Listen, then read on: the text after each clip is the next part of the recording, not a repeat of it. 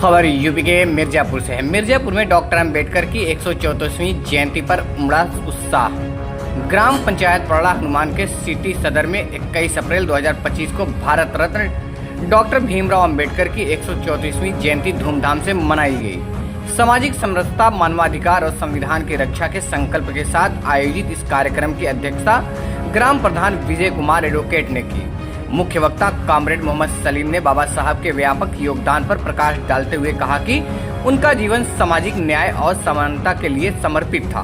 उन्होंने वर्तमान में संविधान के प्रति उदासीनता और विद्वेष फैलाने के प्रयासों पर चिंता व्यक्त की और बाबा साहब के विचारों को जन जन तक पहुंचाने का आह्वान भी किया।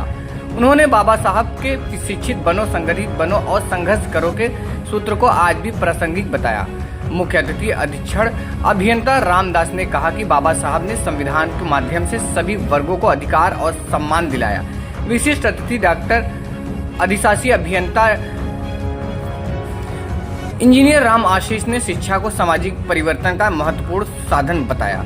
अधिशासी अभियंता इंजीनियर राजाराम चौधरी ने संविधान को देश की आत्मा बताते हुए इसकी रक्षा पर जोर दिया।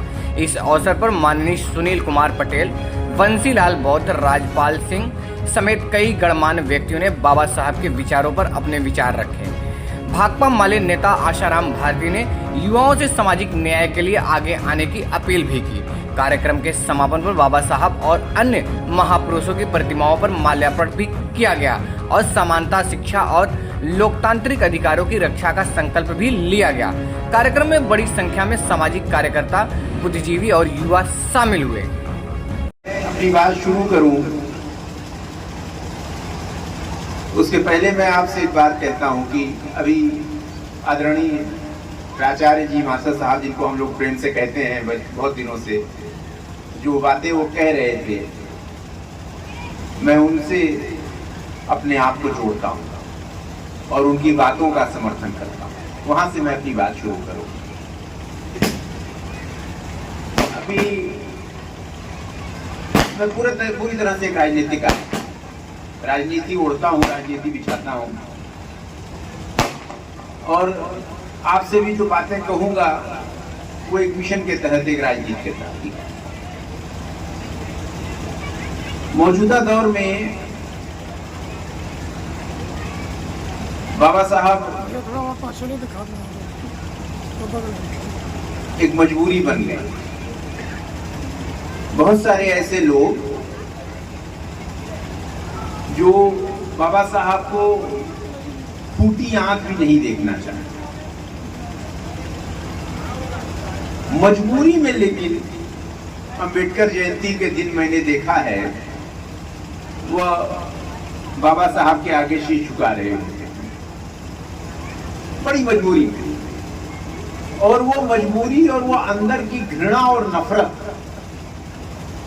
समय समय पर बाहर आ जाती है। आप सोचिए, आजादी के 75 साल बाद, 76 साल बाद हम इस देश में कौन सा समाज बना पाए हैं? क्या हालत है इस देश में आज भी?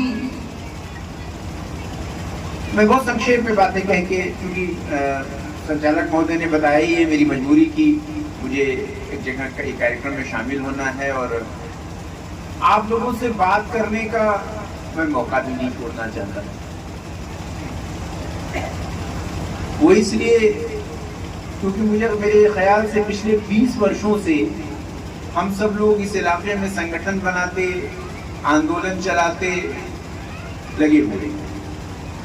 और अगर आपको ठीक मुझे याद है और आपको याद है तो पिछली बाबा साहब की जयंती पर इसी मंच से मैंने कुछ बातें कही थी और उस समय और आज की भी तत्कालीन केंद्रीय मंत्री उन बहसों का जवाब नहीं देकर गई। वह मौजूद थी, माननीय मंत्री जी माननीय थी और उस बहस का जवाब नहीं देकर गई। फिर इस गांव में एक समस्या खड़ी हुई प्रशासन की तरफ से। सरकार की एक नीति आई है और गांव के लोगों ने कहा कि हम अपने गांव को वहां नहीं जाने देना चाहते। हम अपने गांव की जमीनें, अपना घर, अपना मकान बचाना चाहते हैं।